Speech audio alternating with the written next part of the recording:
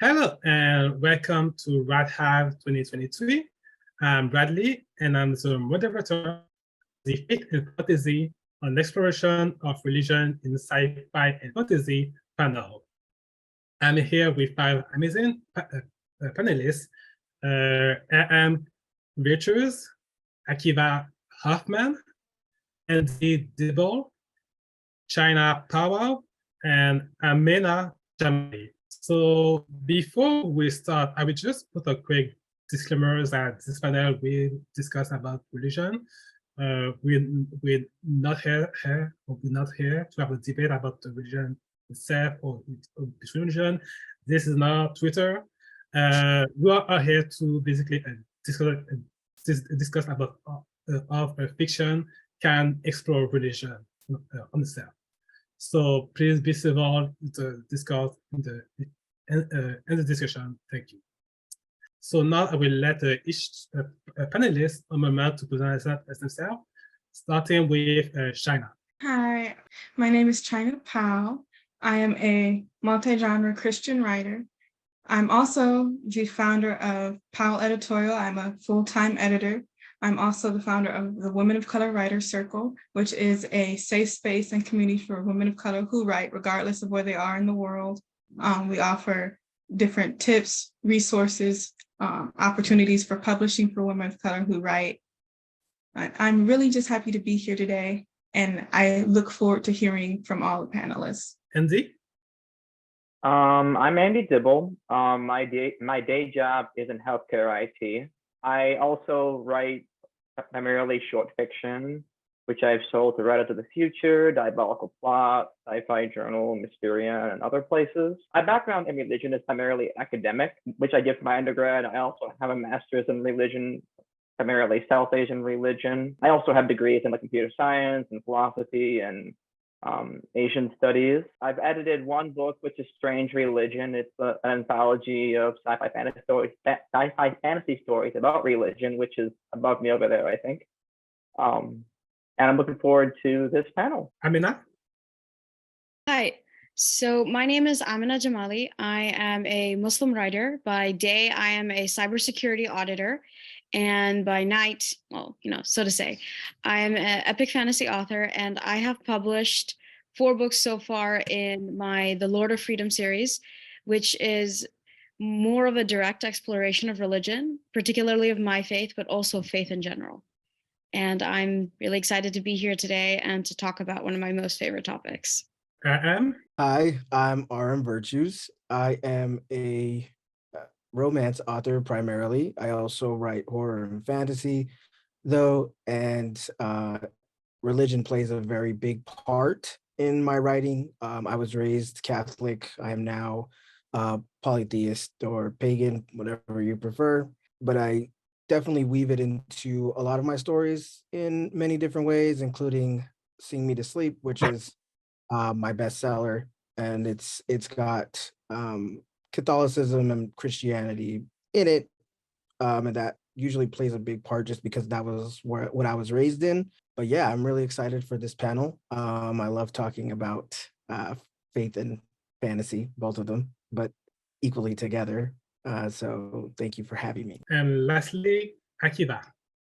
Yes, thanks. It's great to be here. I'm Akiva Hoffman. I am a writer of dark fantasy. My current work in progress I describe as Gender Fluid Orcs Resist Colonization, but it's not in print yet. So hopefully it can be out there, in a few years. But I also, as a scholar, I have an essay on queer Jewish speculative fiction in the anthology that you see over my shoulder here, Jewish Fantasy Worldwide. I recommend getting it through a library because academic books are expensive if you're interested in reading any of that, but it's a great collection of critical essays on science fiction and fantasy by Jewish authors or with Jewish themes.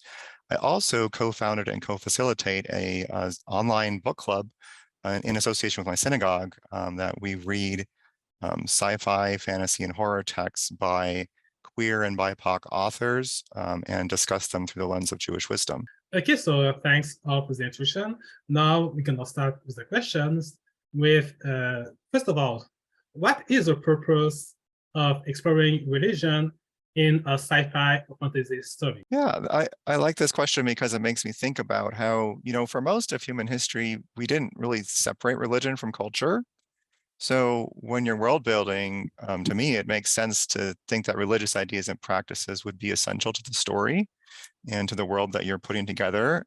I do think science fiction as a genre needs to do better at this.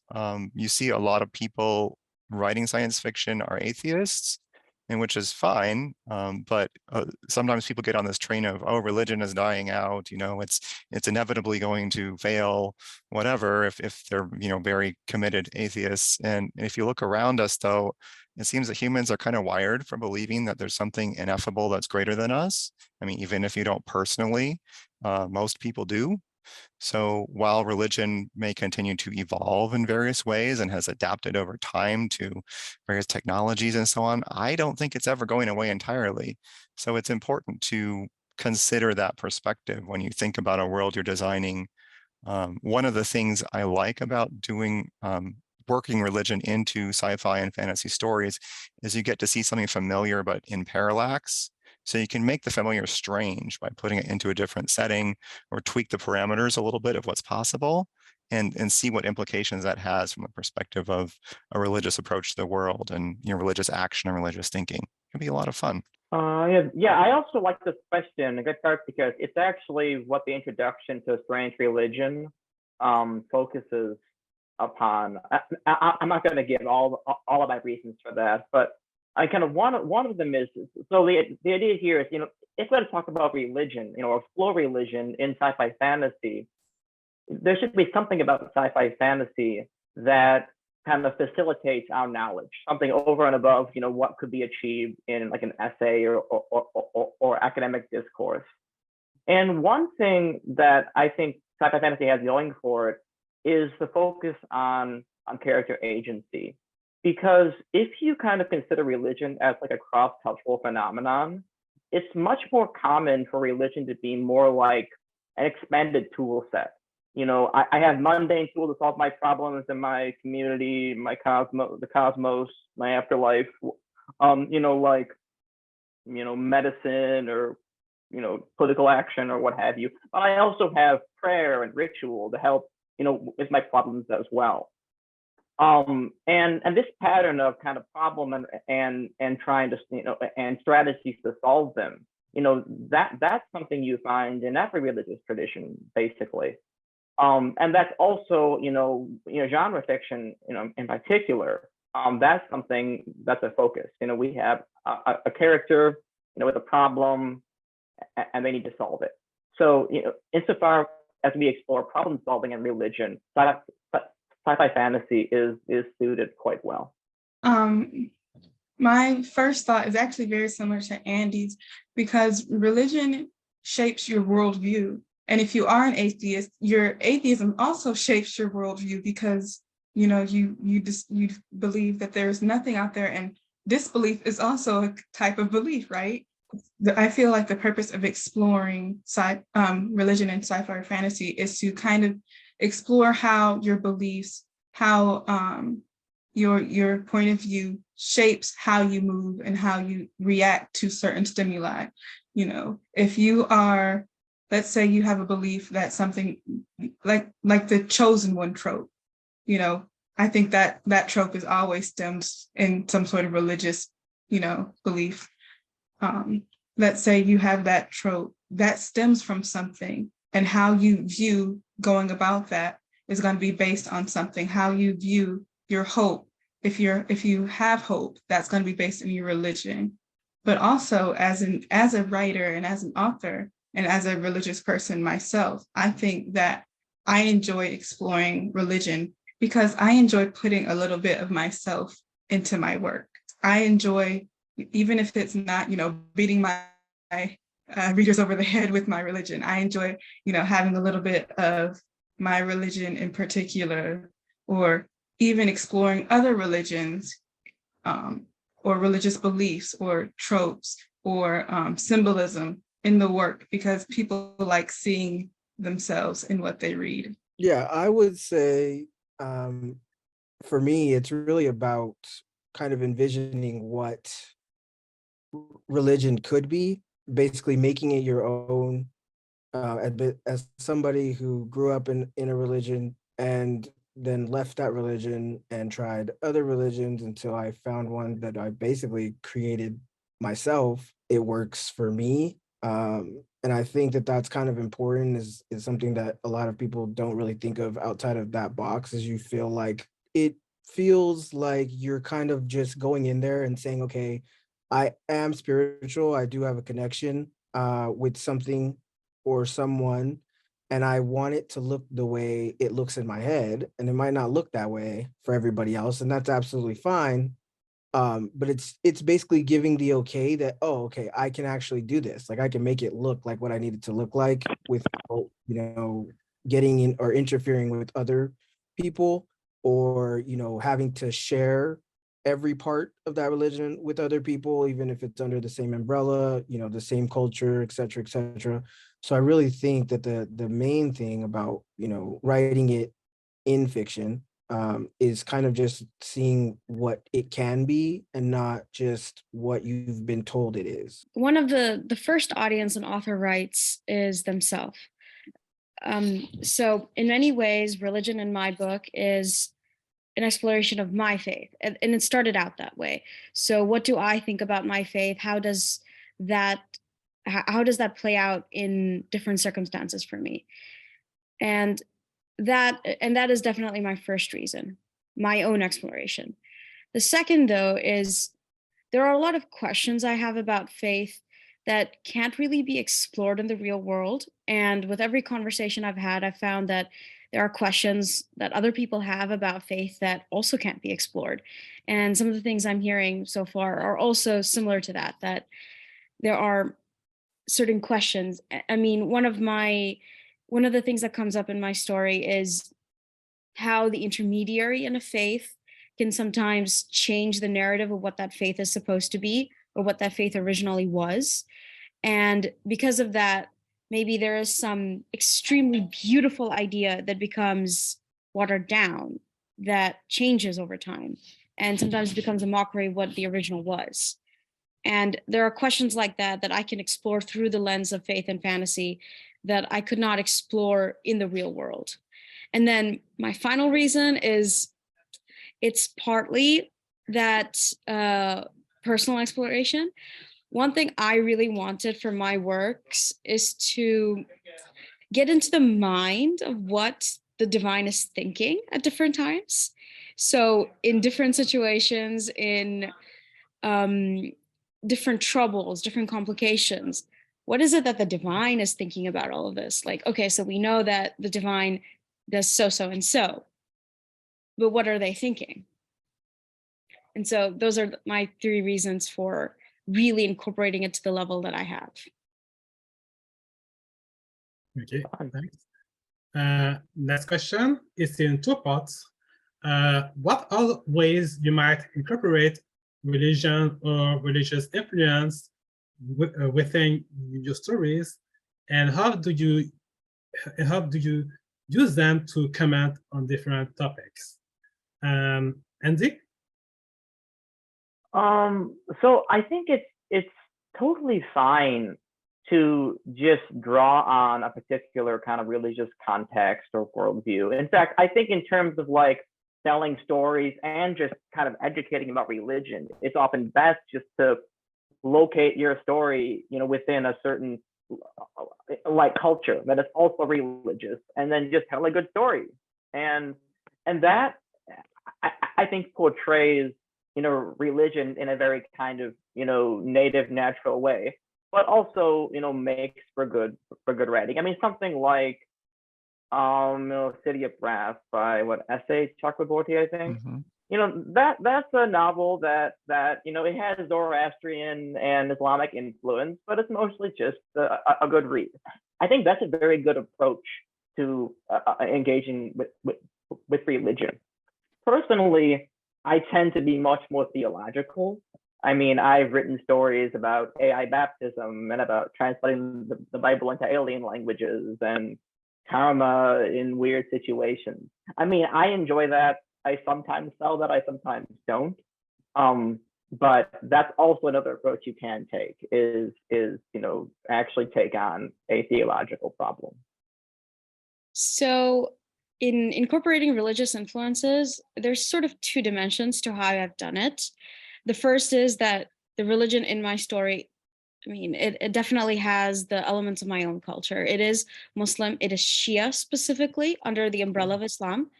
There are a lot of details that come from that, come from my specific culture, the dress, I mean, you can kind of see some of it in the cover over my shoulder.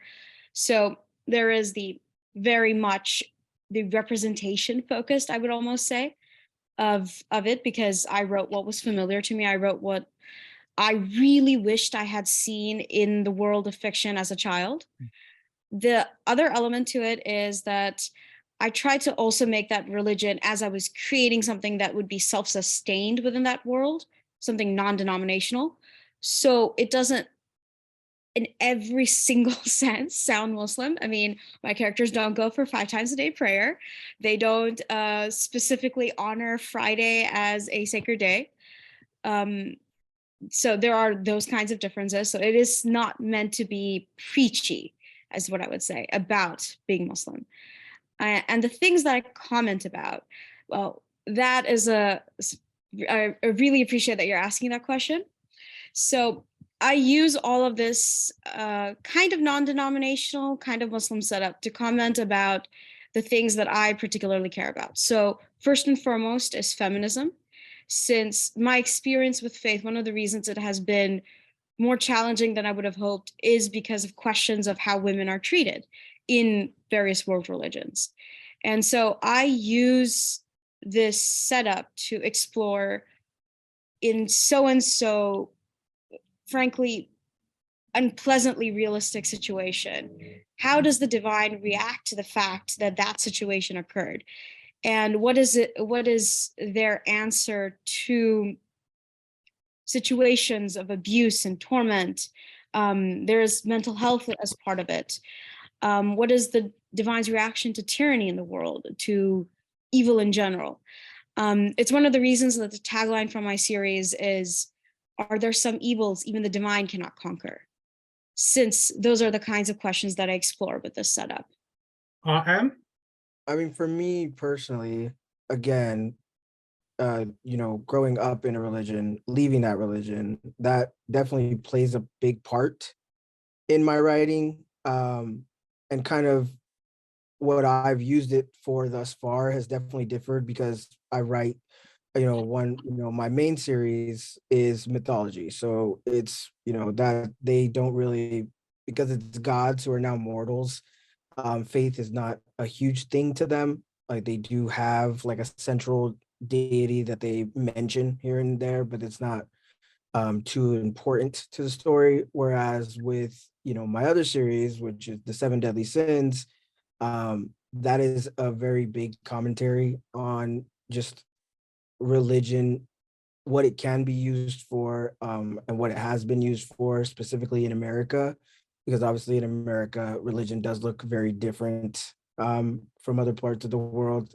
And so in kind of reflecting on how that influenced me, how that, how I've taken I guess the good parts of what I learned growing up and kind of kept it and built upon that. I've tried to weave those things in just to kind of, pay homage to like the good parts that actually, did me, some kind of aid or offered some kind of aid to me growing up. But I mean, incorporating it can definitely be, there's so many different ways to incorporate a religion, even without having, your characters outright, worshiping or, going to a place of worship or, doing things that you feel should be done all the time or that are actually done in the religion. Again, it's really about making it look the way you want it to look. So I feel like that really helps me to both honor the traditions that I kept and, still keep, but also definitely to look towards the things that hurt me or that, punished me in some kind of way or made me feel like I deserved, that kind of treatment. So it's good to reflect on those things, but overall it just becomes a commentary on like everything, there's good and bad in everything, and you kind of have to acknowledge both of those things in order for it to work. So that's really what's important to me. Yeah, so I'm not writing a Jewish fantasy right now. I hope to do that someday. That speaks to those themes, but in my gender fluid orcs novel, I'm trying to relate to a tradition that's probably unfamiliar to most readers, and that's more of an indigenous society with a lot of animistic beliefs and practices. So they see many aspects of their world as alive and powerful. They have rituals to preserve their relationships with animal and stone beings and to pass on their communal values. But in spite of that, it's actually very low magic, or people don't think of it in terms of magic so much. They think of it in terms of their relationships with the living world.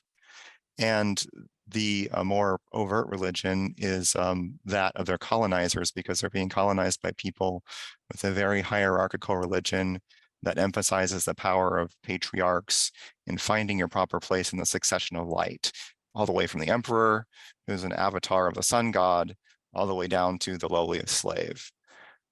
And I think the commentary part comes in because I'm trying to imagine how could a communalist sort of society that emphasizes living in harmony with our non-human kin resist an incursion of violence and plunder and enslavement.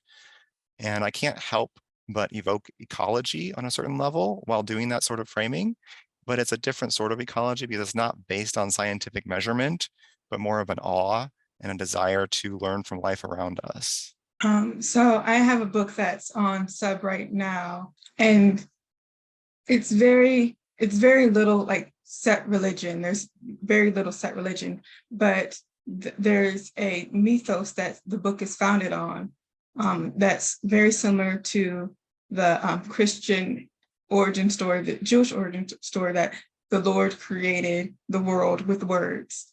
And so that's something powerful, because I wanted to explore the power of people's words.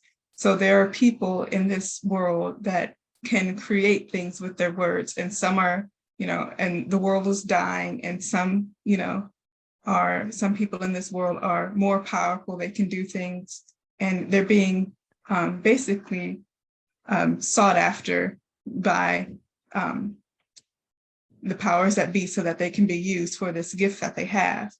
But that's a very I'm using a religious influence of my own religion in a very small way to kind of create the entire mythos for that entire book. And I think that sometimes the best thing to do isn't to just, like, you can go super theological and base an entire, world, but sometimes I think it's best to, at least with my writing, I'm not very, I don't have degrees in theology and religions. But I think it's best to kind of use small tropes, small influences, and then stem everything off from there. And as someone who is neurodivergent, and as someone who focuses a lot of my attentions on mental health, I use religion in a lot of my work to talk about mental health and to talk about those who aren't seen, or those who feel as though they have to speak from the shadows, who aren't heard. I try to look at religion from the viewpoint of those, as from my faith as a Christian. The Bible talks about taking care of the poor and orphan quite a lot, and I try to focus my stories on the people who aren't, who aren't in the palace, who aren't those colonizers, who aren't. So I think that, and I try to focus more, there's a lot of internal monologue in my books, because I love focusing on the mental health aspect of how religion can influence your mental health, and how religion can influence how you see yourself and how you value yourself. Okay, thanks, everyone. Next, how can religion enhance the characters and settings within sci-fi or fantasy? Akiva? So everyone who's writing science fiction or fantasy has to choose which areas of world building they're going to go deep on. You know, for some authors, they might really get into the plant life, you know, carnivorous plants or whatever, or come up with really fun monsters, or geek out on the currency systems or invented folk tales or whatever. But, you know, religious practices can show up in so many parts of life that if you want to lean into developing those for your writing, you have a really rich well to draw from for world building. Not that you have to copy what's in a religion, but kind of as inspiration or different aspects of life. You know, in modern times, we have this sort of compartmentalized idea of religion that's like, okay, well, religion's just part of what I do. We don't always think about it, but the traditional version of many religions governed how you do a ton of daily activities. In Judaism, we have this concept called halakha, which is essentially a code of conduct or laws that govern how to faithfully observe the commandments. So, I mean, there's officially 613 commandments in the Hebrew Bible, but we've debated for centuries, you know, and for traditional Jews, this actually affects how you practice things. Like those 613 things have ramifications for how you go about your daily routines, from getting up in the morning to what you eat to when you do certain activities. There's even a blessing for using the toilet. Do most Jews perform all of these observances today? No. But at one time, and still in some Jewish communities now, they're the expected norm. So even if someone doesn't practice all of these things, they do show up at important life transitions. So like birth, naming a baby, coming of age, getting married, death and burial, these are all opportunities to see how does a particular religious milieu kind of play out, and what does it give people to structure their lives.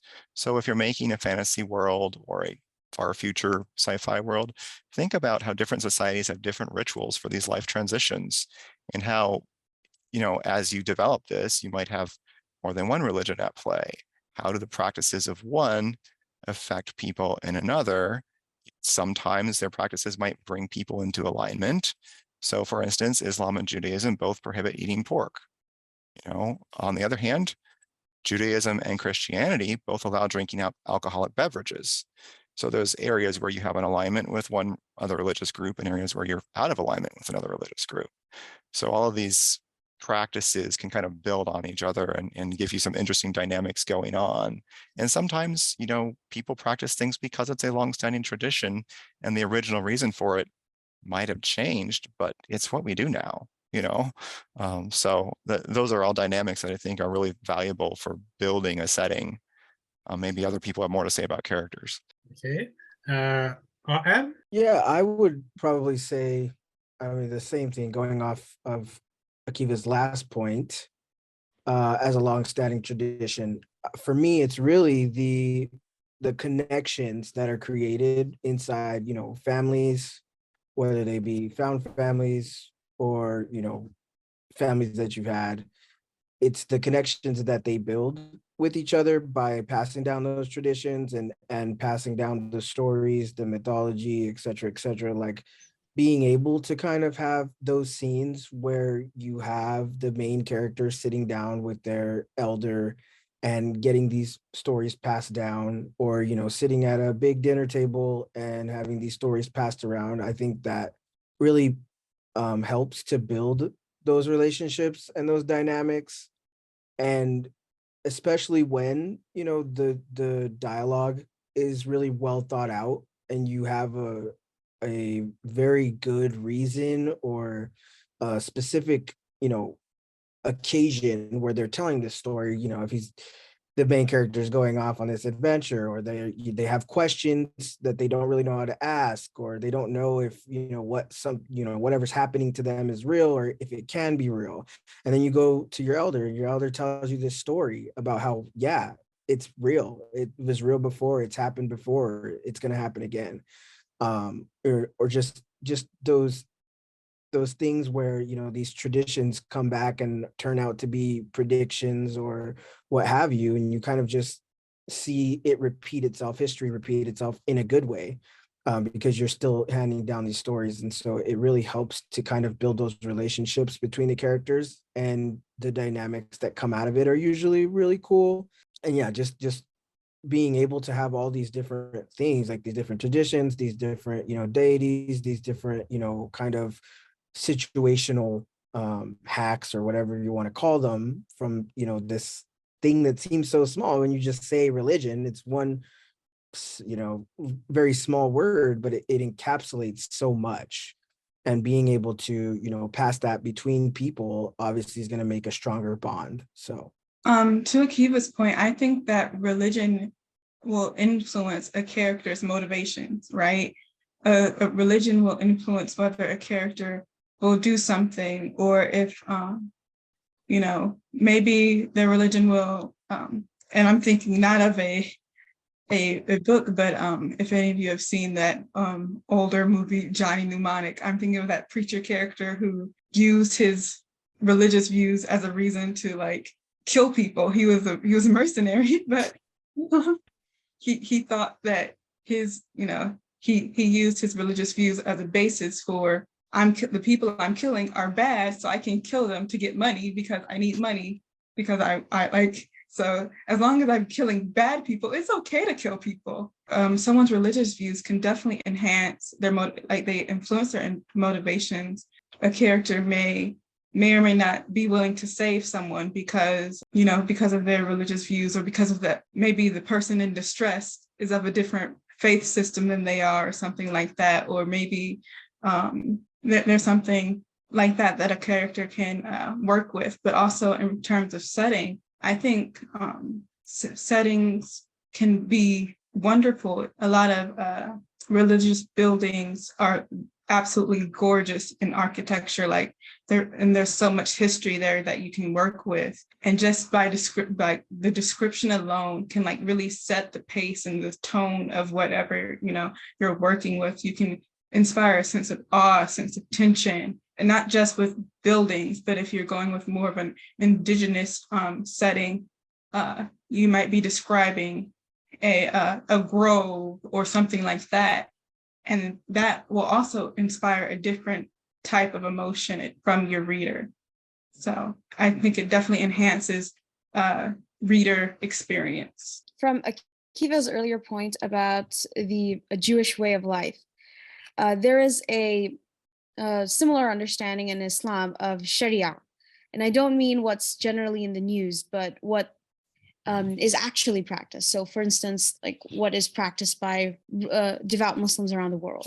That understanding includes everything from the food that one eats, to the way that one interacts with one's family and friends, to the prayer that one prays when one leaves the house, and the one that one prays upon one's return into the house, and the particular remedies that one engages in during difficult times, during illnesses, or during moments of anxiety, or during just the various different parts of life. So more of a way of life than rather just one particular segment.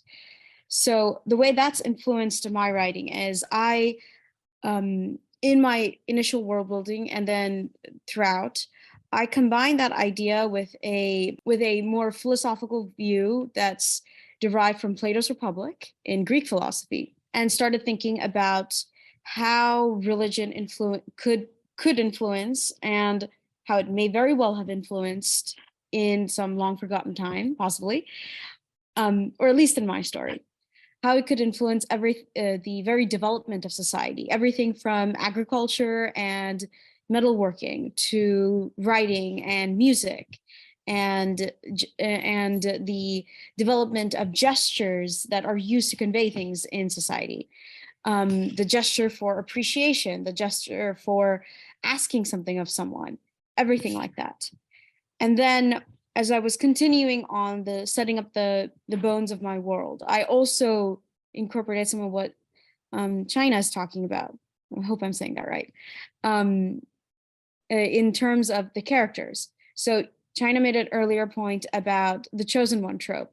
So I use that as that kind of element as well, that how does religion shape these characters' motivations, particularly my divine set of characters' motivations, how they go about their response to things, how that shapes their approach to their own mental health troubles. And then finally, religion is actually, in a way, the very plot of my story, since the plot of my story is a world in which a villain appears who is interested in, whose whole motivation is subverting everything that's good, and is very open about the fact that he's doing so as the story itself gets underway. And in developing the various ways that he goes about his subversion, why he goes into his subversion, I drew a lot from Islamic and Christian and Jewish religious history, and then also drew upon that same for the various methods he uses, and as a whole made that the entire plot. So his evil and the hero's response. I mean, I guess there are lots of ways to go here, but I think religion is often helpful to kind of deepen or elevate a character and make it more kind of significant. That, I mean, I said earlier that, you know, it's often helpful to think of kind of religion in terms of their problems, and the same is true of characters. That, like, you know, often in genre fiction, it's really important to have a really big problem, right? Like the whole world's in peril, or maybe the whole universe. And religion often has really, really big problems, you know, stuff like eternal salvation. If you think about it, like, I mean, the whole world being in peril is relatively small versus eternal salvation, which is, you know, infinite, right? Actually, my story in Strange Religion had to do with this kind of problem, but from a Buddhist perspective. You know, super high stakes of eternal salvation. Feel free to read it to understand how that goes together. I'm not going to get into too much detail. I mean, another example, I guess, of how like religion can kind of elevate a character is that old movie, I, Robot. I think I saw it when I was like 13 or something. But part of it stuck with me. You know, it's, you know, of course, vaguely based on the Isaac Asimov novel, but there's one scene where the sentient robot is being like decommissioned because it's in some way, you know, flawed, and there's this voiceover, and it's asking these questions about, you know, whether it's just a computer or whether it's somehow sentient and human and you know intelligent in some important sense, and then it ends with this line of like, you know, when does a personality simulation become the bitter mote of the soul? And I don't even quite know what bitter mote of the soul means exactly, frankly. But what it achieved here was it brought a question of kind of, you know, AI and sentience, or AI and humanity, and kind of, you know, hung that on, you know, even higher concepts of like, you know, the soul and, you know, metaphysical, like, you know, furniture of the universe, and this kind of approach can also, you know, make other, you know, ostensibly non-religious questions and dilemmas, you know, have you know, more substance and more impact. So next question, what are some of your favorite examples of books which include religion as a main element, and how was the religious element handled? I particularly draw a lot of inspiration from the Chronicles of Narnia. I know it's a usual kind of answer, but that is the very reason that I even started thinking about religion in a literary sense, because of the various complications in that story. Both the things that I thought made sense, and the things that I thought didn't make sense. But then I would also say that I take a lot of reaction for and against from various philosophical works. So there is Plato's Republic, but one work in particular I think of when I'm thinking about how religion can and cannot be portrayed, should and should not be portrayed. What I particularly don't like is Dante's Divine Comedy.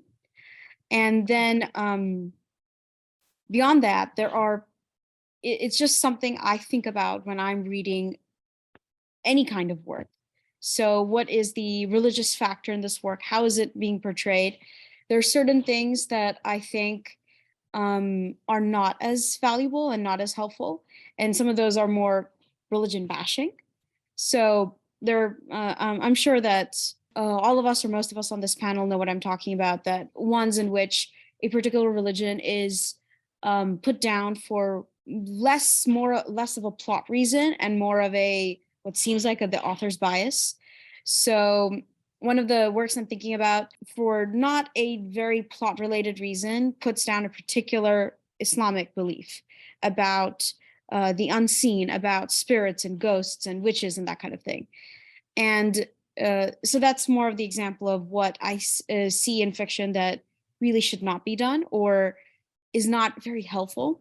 And then there are works more like what's being discussed on this panel that discuss religion in really interesting and fascinating ways. Some of the things that, some of the books that you all are talking about, I'm definitely interested in reading, to see religion described in different ways that do explore questions of the soul and in relation with technology and other really important life questions that, again, don't necessarily get discussed in the real world because we don't really have those situations, but fantasy really offers those situations for that kind of discussion.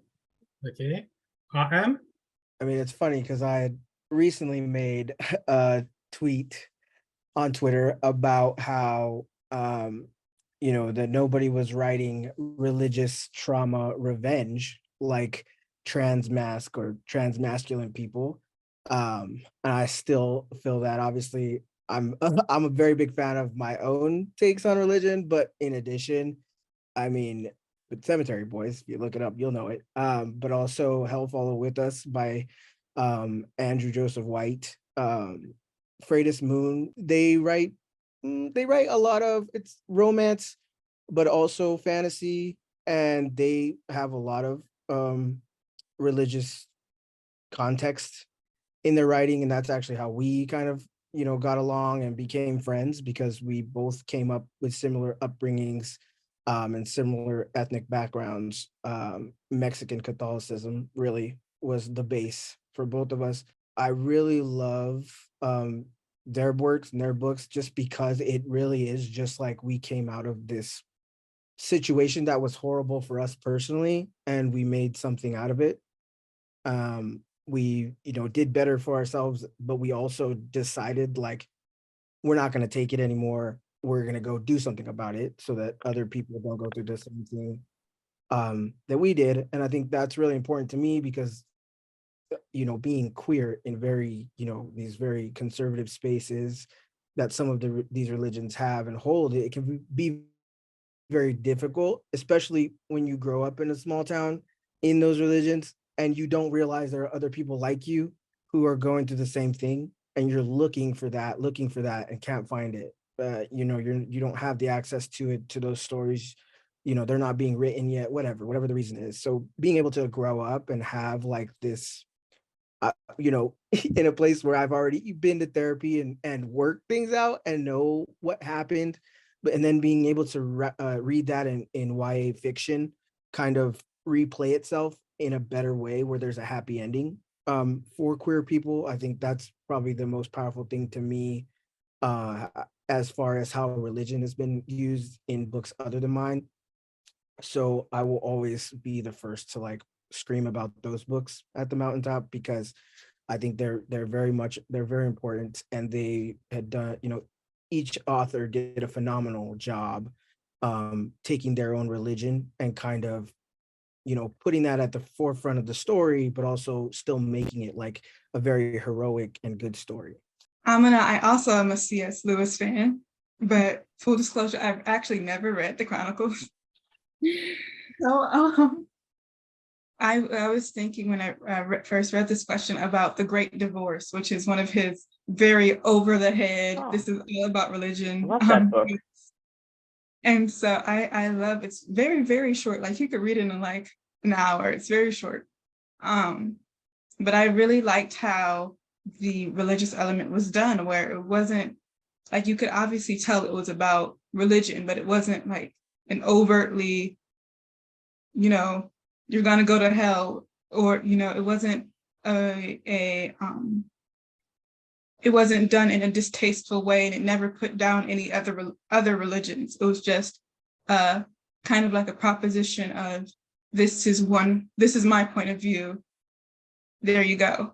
And I really enjoy that when I read someone's work, and it's never, because I enjoy reading about different religions, and it's kind of, I love reading when it's never, my religion is the right one, and here's all the reasons why. So, and I like also, that book primarily because it takes on a very hard problem, namely, why is it that some people actually want to be in hell?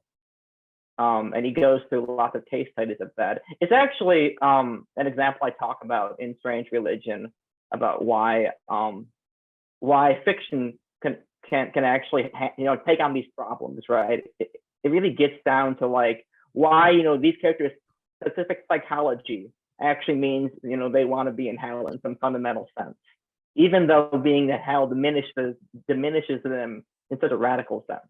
Yeah, and just to go back to the an example of a book I think does not do religion very well is In the Name of a Rose, if I'm remembering that book correctly.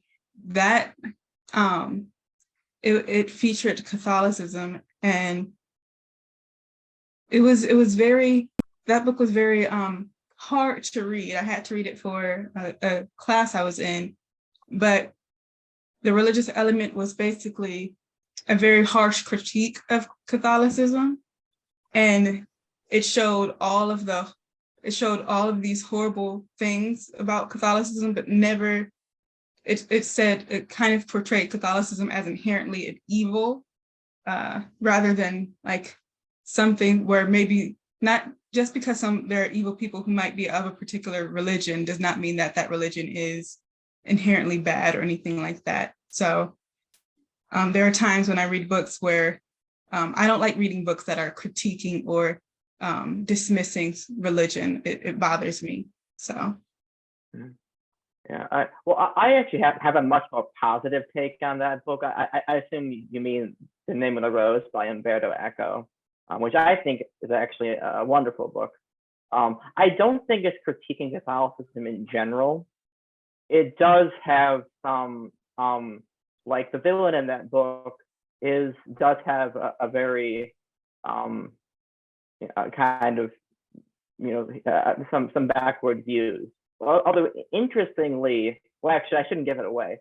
But the villain in that book, I'll say in a more slantwise way, you may think the author actually approved of him in a weird backwards way, given his associations outside of the book. But I have a very different view of that book personally. Is there other example you want to give, Andy? If I go so yeah, what books do I like? So I have wide interest in this intersection of speculative fiction and religion. Although in terms of what I recommend people reading most, it's mostly books that engage with religion other than Christianity. And I think it's unfortunate that so much sci-fi fantasy, especially sci-fi fantasy that engages with religion, is Christianity focused, or has this kind of assumption that religion is Christianity in general, with like chosen ones or hierarchies, or it's just the monks of the monastery that they're religion and not other people. And I mean, like a great example of a book that is really grounded in an alternative vision of religion is like The Telling by Ursula Le Guin. Now, this is someone coming to an alien planet, but the indigenous religion of this planet actually is basically atheistic. At least they have no, kind of capital G God. The government, which has risen to power, does have a notion of God, but they just kind of made that up in order to fit in with the galactic community. But really, this culture here is much more inspired by kind of like indigenous Chinese religion in our world, where there are lots of overlapping forms for like cedar and herbology and exorcism and storytelling, and it's just lots of, you know, a wide corpus of different texts and practices that we're all just sharing and engaging with. They don't have just like one book like a Bible or Quran, or it's a much, you know, wider, more varied and messier way of doing religion.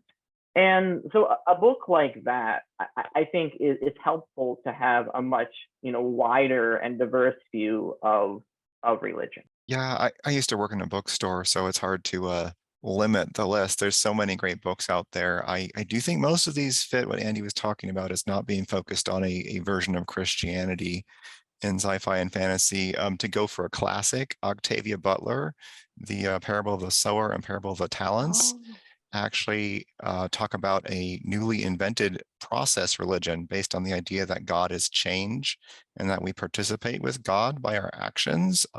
It's really great dystopian.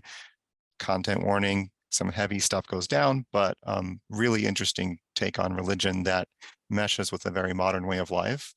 A.K. Larkwood is a relatively new author. I've just recently read The Unspoken Name, which features an orc assassin as the main character. But what I liked about that story is it tells the story of young people who were brought up to literally sacrifice themselves to their religions, and what it takes for them to escape, and kind of the stuff they have to recover from and work through and kind of work out on their own. And it's also a very queer story. You know, same-sex relationships are totally normal and accepted in that world. That's not the source of conflict. It's other stuff that's going on around them. And it's really well written and kind of wild, and gets into some science fantasy stuff that's neat. Another one of my favorite worlds is the Birdverse, stories by R.B. Lemberg. This is a particularly Jewish fantasy. There's multiple cultures, but one of the fantasy religions is related to traditional Judaism. There's some things that are very different, but you know, the men actually live in a different part of town than the women, and the women run the businesses and do all the trading and have these sort of like polyamorous families. It's also extremely queer and extremely trans, but really lush fantasy world, and a lot of it's in like desert type settings, has that sort of sand and sorcery vibe. If you like S.A. Chakraborty or Saladin Ahmed, it's a similar kind of feel to some of it, but the magic system is really interesting. And most people believe in the same god, who's called Bird, who appears to you when you die, and that bird will show up as a different kind of bird depending on your life and how you've lived and so on. And so the first book, I'd recommend people start with a short story collection actually called Geometries of Belonging. And then there's a novella called The Four Profound Weaves, and recently a novel called The Unbalancing. Those are all by R.B. Lemberg. And there are a lot of stories written in the same world. Some have overlapping characters, but each of them kind of works as a standalone as well, which is really cool. They're at different time periods of the same world as well. Another one that's different that I really love and wish I could call attention to is the Pact and Pattern trilogy by J.T. Greathouse. It starts with Hand of the Sun King, and this is a high magic anti-colonial fantasy, and it focuses on more of a state religion influenced by Confucian ethics, and how the emperor of this empire called Xian, based kind of on like Ming China, in terms of its inspiration, but the emperor uses a mix of state religion and his own magical powers to control how magic and power are exercised in that world. And there's other people trying to use magic against him, and it leads to some pretty dramatic conflicts. I got to read an arc of the last book in the trilogy, and it's awesome. Everybody should get it. I would throw in honorable mentions. I won't go on lengthy descriptions, but I like the way religion works into the plot for Terra Ignota by Ada Palmer in the Earthbound futuristic science fiction thing, and a series called Empire of the Wolf by Richard Swan, which is like 2 books in and 1 coming next year. 3 quick ones I want to mention myself. First one, Death Note. which they usually use the Christian imagery to explain la journée, like his religion of God, also his true nature with like Judah and so on. Percy Jackson for Greek mythology as well. It was one of the two fantasy I read as a kid with Harry Potter.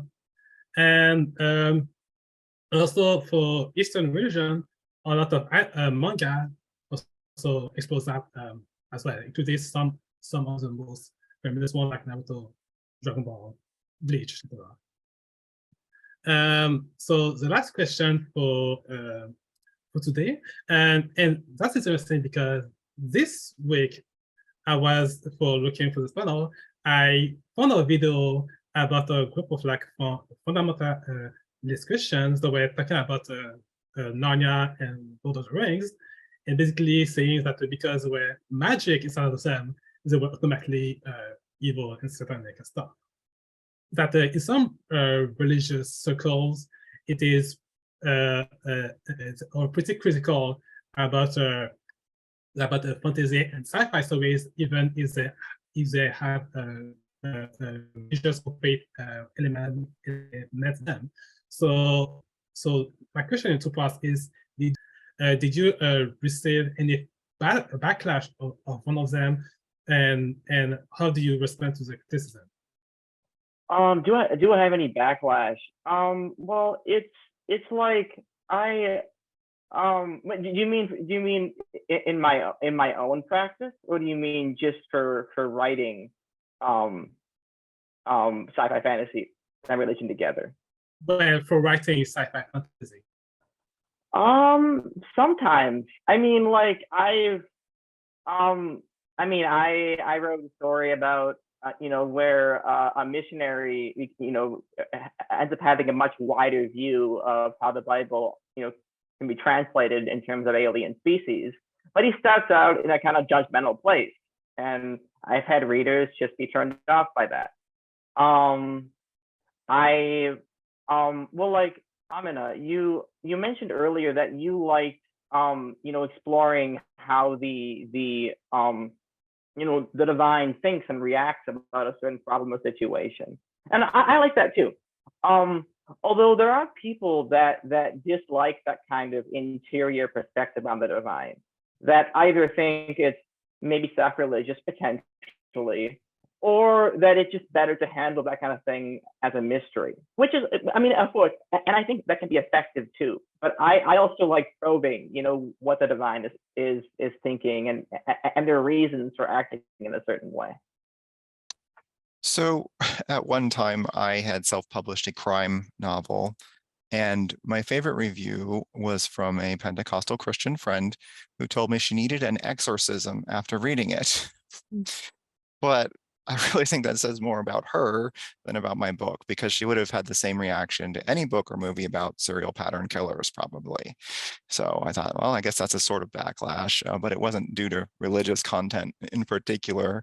As for my dark fantasy writing, I guess I'll find out when it finds its way to the public. I do expect that my gender fluid orcs and orc sex parties or whatever will be very unpopular with people who don't like sexual or gender freedom.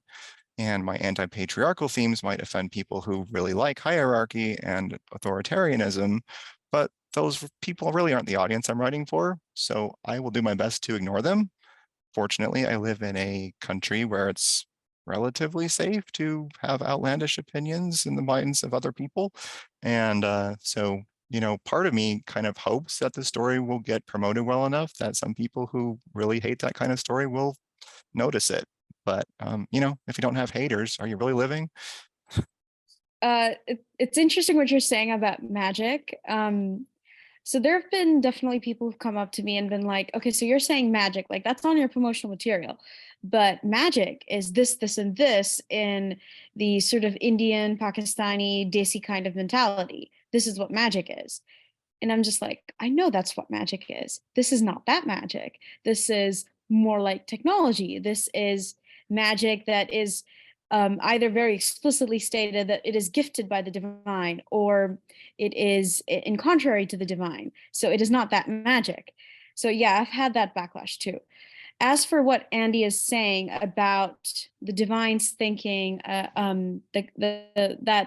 kind of question you asked me, or pointed in my direction. It's really interesting. I expected a lot more backlash than I have.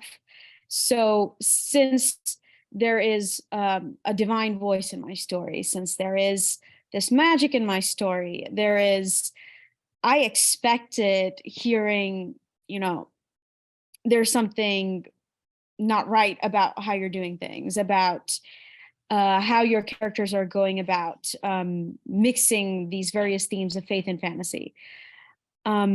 I am honored and surprised and happy, and it's just fascinating to me that I've actually received a lot of acceptance in terms of the various themes that I'm combining. I expected to have, frankly, a backlash in my own community about the elements of feminism in my story, but I've honestly not had that. And anyone who really talks to me about my writing either is more speaking from a lack of English language ability, so is saying that I can't actually read your books, or is saying that your books are actually really deep reading, or saying that they're really good books, and sometimes even going to the extent of saying that they're books that they needed to read.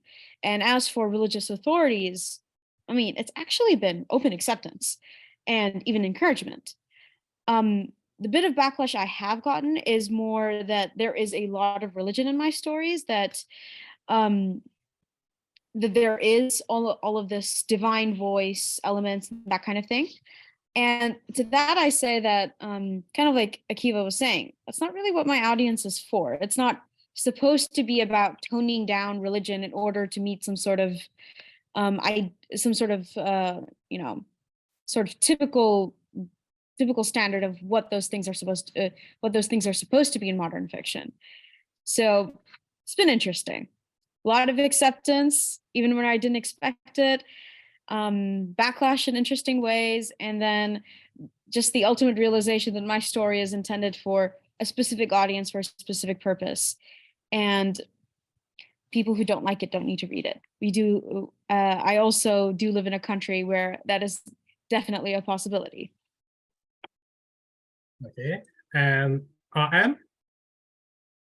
Absolutely. I've absolutely gotten backlash on mainly the Seven Deadly Sins series, for sure, because it is a critique of how not religion itself, or even organized religion as a whole, just again what it can be used for, what it has been used for. It's a critique on colonization, on the repression of older gods, older cultures. A lot of it is based in being raised in Mexican Catholicism, in an indigenous family. We're now trying to reconnect to those roots that we've been hacked away from. Obviously that comes with a lot of stuff to unpack, and I think that series was my beginning of it was probably the most honest I've been. And it's just, I mean, it wasn't even, the whole series isn't even out yet. It was just the intro book about a sleep paralysis demon. So it wasn't as much religion in that book as there will be in the main series, but there was still a lot of, immediate backlash of not, trying to understand what was being said. So it was definitely not in good faith, which, yeah, I mean, what everybody else has said, I'm not writing for those people. I'm writing for the people like me who had to get out, who didn't have a choice, who were pushed out, who couldn't stay, who didn't have a place within the structures that were at play when we were inside them. So it was, just a lot of like trying to say that I'm not thinking about it in a objective way, And no, I'm not, because I can't. I went through it. So it's not something I can look at objectively at all times. It's an experience, and I, deconstructed that experience and I put it in a book. And I think that that's really something I know. I thought about this a lot when I was first writing the book. Was like, man, if my Nana was still alive and she read this book, she probably wouldn't be very happy with me. But she would also be very proud of the fact that, like, I was able to put all this into words.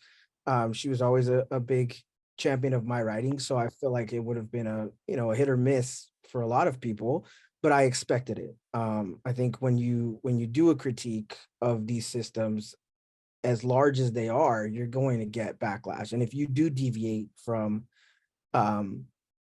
what's the standard, you're probably going to get backlash. So, and I really wasn't worried, because again, I'm writing queer stories. Well, I was already going to get backlash. So from that standpoint, though, of like how I talk about religion or how I, look at religion, there's backlash, but like from literally strangers I'll never meet in public, person, whatever, unless, there's a book event or something and they decide to show up. But I think the people that I want validation or, understanding from, I've gotten it. So I don't really worry about that kind of backlash of like reviews and stuff. Like there's always going to be somebody or something to nitpick or point at and say, this wasn't done well, or this wasn't done the way I would have done it. And that's fine. You can write your own book and read that one, because that's, mine's not for you. So yeah. And lastly, Chyina. Surprisingly, no, I don't think I've really received negative feedback. I think the most negative feedback I've ever received is from my dad, who's like, your books are too dark. He's like, dark, death, despair, can't write happy.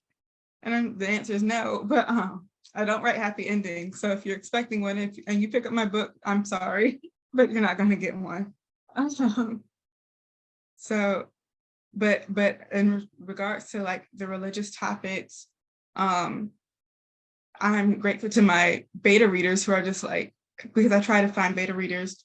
If I'm writing, even if it's just a hint of a religion I am not part of, I'll try to find a beta reader who's a part of, who ascribes to that religion.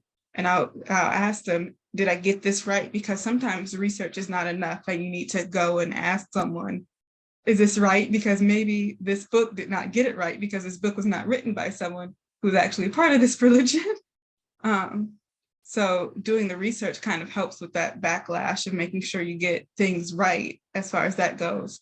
But I'm grateful to say that I haven't really experienced much backlash in terms of like the religious aspects of my books. Yeah, nice to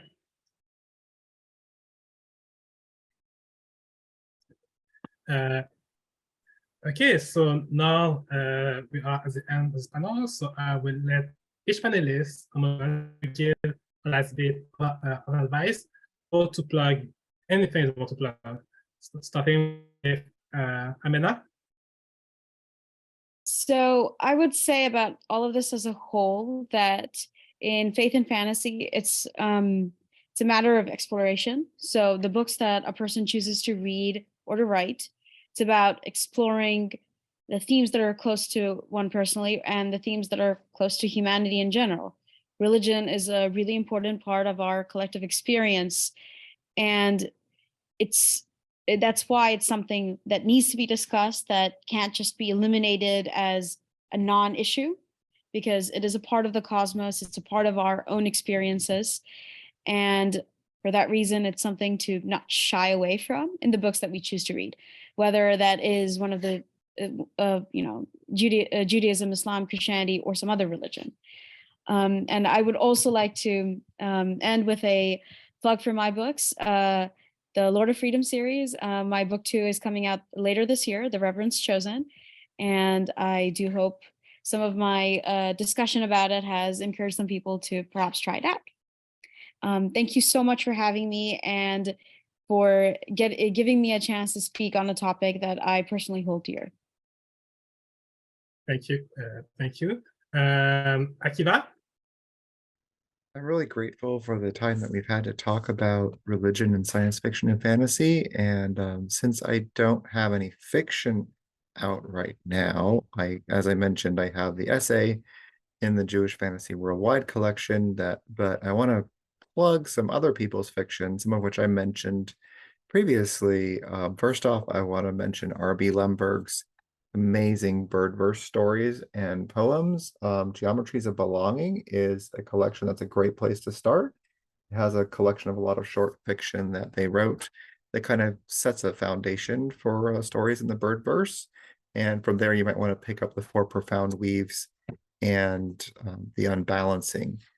I don't read most of my books on paper. I actually do most of my reading on digital, so I don't have a paper version of Hand of the Sun King by J.T. Greathouse, but that is an excellent place to start the Pact and Pattern trilogy that I mentioned, that one that's set in kind of an East Asian setting. I didn't mention it in the main discussion, but I also want to talk about Sorrowland by Rivers Solomon. This is an amazing story about surviving a cult and escaping a cult. The protagonist is a single mother, a non-binary and intersex person who is escaping religious oppression and finding her own identity. She uses she, her pronouns throughout, even though she's non-binary. And it's a great story. It's a horror story though, so it's be ready for some body horror and some rather gritty kind of content in that. I mentioned briefly The Empire of the Wolf trilogy by Richard Swan. I want you to see this beauty right here. The Tyranny of Faith is book 2, actually. I managed to pick up a Goldsboro edition of this with the fun edges, painted edges on the pages. As this series goes on, it's getting more and more into the religions of the empire, and it's pretty fascinating in terms of the way that fundamentalism can be used as a form of oppression and in an attempt to overthrow the sort of pluralistic system that they've had for a while. And special mention goes to Terra Ignota. This is the first book of that series by Ada Palmer, To Like the Lightning. This is an interesting example of a religion in science fiction that's actually kind of what I call earthbound sci-fi, where it's set on Earth 430 years in the future, essentially in what seems to be a utopian society, but they have abolished religion to the private sphere, where you're not allowed to talk about your religious beliefs with more than one other person unless there's a sort of religious official present. And that creates some problems in the society. And oddly enough, some people have a fetish for things that are forbidden. And it's a strange version of the future, but it's pretty compelling if you can get up the very, very steep cliff of world building that's involved to figure out what's actually going on. But some people sort of have a kink for theology, which is a very different way of thinking about it. But there's also a character in here who has the power of a god to create life out of inert objects and make toys come to life and stuff like that. But he's also a kid and trying to figure out what that responsibility entails. And if he can make anything come to life, he could accidentally destroy the universe when he's angry and scared one day. So that's an incredible burden of responsibility inherent in the idea of creation. So there's a lot of interesting musings in that series if you're willing to work at figuring out the world building in the 18th century style of narration, which is rather different than science fiction out there. But those of us who press through that really, really tend to love it. So thanks again for watching, and I hope you find great stuff to read. And if you're a writer, I hope you contribute some good perspective on religion through the lens of fantasy and science fiction too. Thank you. RM? Yeah, so my books, I have 6 out currently available. You can find all of my books at rmvirtues.com. I also have a Patreon, patreon.com/rmvirtues. This is for all my romance writings. So I have the Gods of Hunger series, which is Greek mythology reimagining. It's queer, BIPOC main cast, and they're all it's kind of contemporary fantasy in a second or alternative world. And then I have Sing Me to Sleep, of course, which is a monster romance featuring a sleep paralysis demon and a mortal. And that is a lead into the series of sacrilegious events, which is about the 7 deadly sins. And then I also am doing my horror and fantasy writing at Onyx Osiris on Patreon, as well as on Twitter. You can find me there. But yeah, my website is probably the best way to find me and get a hold of me, follow me around, whatever you would like to do. Yeah, thank you. Andy? One closing thought is that when writing about religion, it's really important to realize that religion is almost always more complex than you think it is. I mean, any kind of sentence that begins with, Buddhists believe, or Christians do, or, I mean, those kind of broad abstractions normally admit of lots of exceptions, and not only in a few corner cases, but there are major exceptions. Lots of people.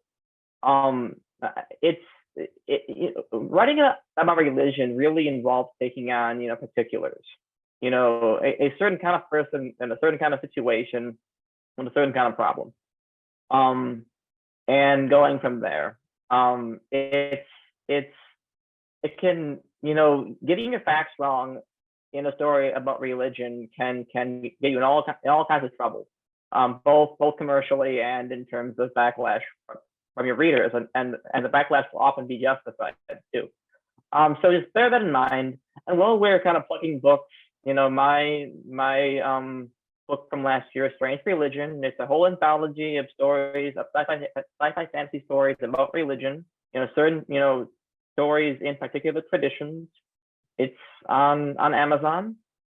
My website is andydibble.com. I'm on Twitter and Facebook, and I had great fun with this panel. Thank you all.